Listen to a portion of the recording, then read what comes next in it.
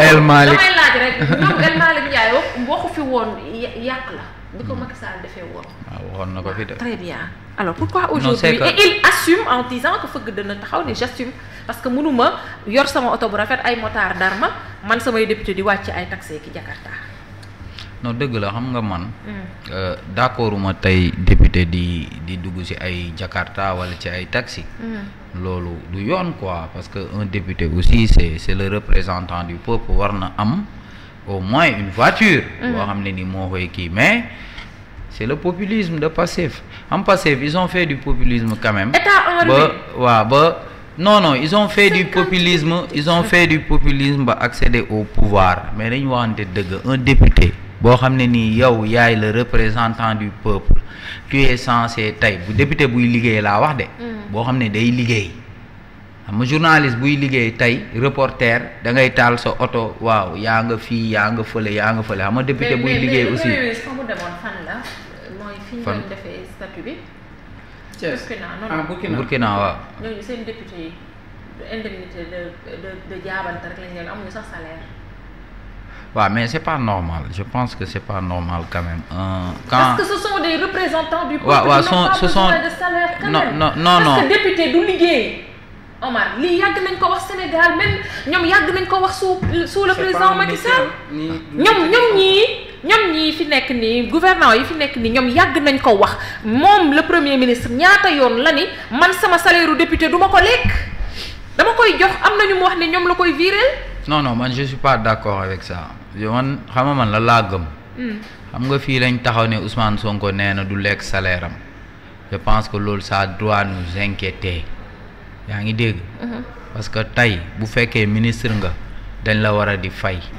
bu lay fay liñ lay fay ngay doyloo loolu man loolu laa gëm comprendre nga. parce que tey ban kan lañ fi newoon xaw ma c'est au niveau de l'Europe xaw ma kan benn député ñu ne le Qatar da doon dugg ci kii européenne bi di corrompre ay députés pour ñuy passer ay kii ak yooyu xam nga tey les gens là si tu les protèges pas aussi. dañuy xaw a pour nga corrompre leen ci lu bari day. mais léegi yow bu ñu corrompre député ban. waaw député day liggéey day def ay commission d'enquête parlementaire di enquête ci dara député day taxawal ay loi député day liggéey. assemblée non mais liggéey la parce que il a un travail boo xam ne il est censé le faire il représente le peuple. Il doit pouvoir se déplacer pour la moo tax kon ñu koy jox indemnité de transport. lan moo tax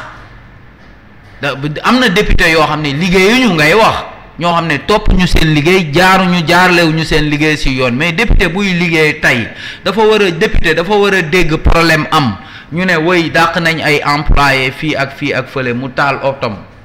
dem fekk ji leen dem toog ak ñoom xam quel est leur problème comprendre nga xam quelle est leur situation wala convoquer leur kii au niveau de l'Assemblée nationale c'est un député du peuple gars yi ñoo naan député Thiès wala député kii mais y a pas de député de Thiès wala député de Louga wala ce sont des députés du peuple des représentants du peuple tu représentes tout le peuple sénégalais tu es censé travailler pour le peuple sénégalais boobu noonu tey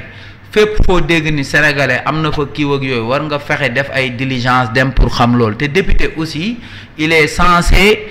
avoir un rôle de contrôle de l'action gouvernementale moom mooy contrôler action gouvernementale loi de règlement rek liggéey la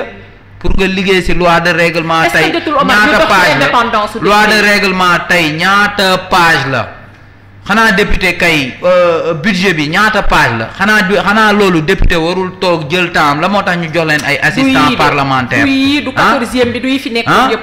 xanaa la moo tax ñu jox leen ay assistants parlementaires député moo war a gën a liggéey gis nga ministre nu muy liggéeyee noonu la député war a di liggéey parce que député ruq bu nekk da ko war a xool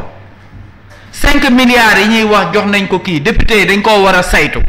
bu laajee ñu def ci commission d'enquête parlementaire ne on veut enquêter sur ça mais le député il a un travail dans la société c'est l'un des travaux les plus importants léegi nag mën nañ ne ay indemnités lañ koy jox comme ni ñuy joxee au maire des indemnités affaire yooyu noonu mais je pense pas que aussi nga am benn député bàyyi ko man je suis pas dama ne la ñoom liñ fi waxoon ñoom ñoo waxoon loolu parce que ça c'était du populisme aujourd'hui ils sont au cœur de l'État, ils savent que ça peut pas tenir aussi. ndax kon ñu ko daan wax. waaw loolu wax nañ ko fi lu bëri yoon Pastef ñaata yoon la fi wax ay wax xam nga moo tax ma ne la quelqu'un comme les Donald Trump ak Ousmane Sonko fa la ñu utee parce que Trump quand il dit quelque chose il le fait da ngay xam ni lii c'est mûr yi même si Trump en quelque sorte il fait des fois du populisme mais quand même lu mu wax bu ñëwee da ngay gis ne da koy def quoi da ngay xam ne lii wax ko quand il dit je vais construire un mur bu ñëwee il construit son mur quoi parce que loolu c'était kii mais ñii da ngay ñëw wax lii def lale wax lii def lale wax lii léegi nag ce qui est le plus important je pense que aujourd'hui on doit s'interroger si l'achat de ces voitures là est-ce que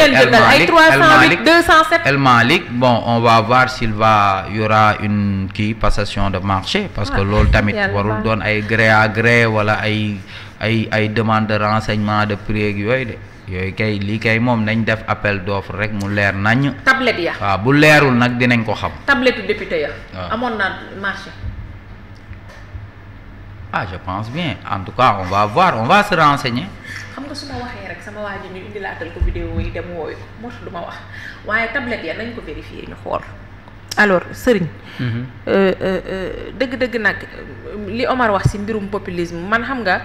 nit li ñuy wax nit kàddoom lañ koy jàppee. xam nga man Sénégal li ma ci soof jamono yii mooy te yàgg na sax nag mooy da ngay ñëw nga ne bu ngeen ma falee ma def lii ma def lii ma def lii ñu fal la nga rencontré ak ay obstacles yoo xamante ne tey jii yow xamoo woon ka ca nekk moo xamoon mais yow xamoo woon ba tax nga doon ternir l'image de l'autre juste pour accéder au pouvoir léegi accéder nga moom El Malick mi waxoon ne lii c'est du gâchis le fait ñu jëndal ay député ay oto 50 millions alors que Sénégal am na ñu ko fi soxla jeunes yi liggéeyi ñu et cetera aujourd'hui dinañ décaisser plus de 8 milliards 250 millions pour député yi ñu mën a am ay 4x4 yu jar 50 millions su fekkente ni oto yi loolu lay jar est-ce que d'accord nga ci loolu quand même ci ay député yoo xamante ni nu mu tuddati sax ñoom daanaka ils sont majoritaires. waaw mais man oto yu jar 50 millions ànduma ci Sénégal toll. waaw d'accord nag dañu ñëw pour liggéeyal askan wi. war nañ leen teg ci ay conditions war nañ leen jox oto mën nañ bañ a jënd oto 50 war nañ leen jox mais nañ am oto quand même jox nangam waaw 206 baax war nañ leen jox nangam war nañ leen teg ci conditions yu baax 206 mën na dugg ci région yeeg jaar ci suuf yeeg waaw yooyu yu dëgër këcc waaw ci mais suuf yi ci kii yi quoi oto xam nga léegi oto moom presque cheratul yenn cher yi quoi oto yu bari oto léegi nécessité la nekkatul luxe kon jarul oto 50 millions non jàpp naa ne xam nga réew mi dañ ko waaw na doon ay oto yu baax tamit quoi waaw yu baax mais waaw yu oto baax imaginez par exemple bu dee 50 millions la dañu ñoom indemnité yi ñu leen di jox 900000 la chaque mois. mais 900000 yi boo ko multiplier par 5 ans mais ça fait 54 millions. kon pratiquement ñoom li ñu leen di jox li ñu leen nar a jëndalee oto ak lañ leen doon jox.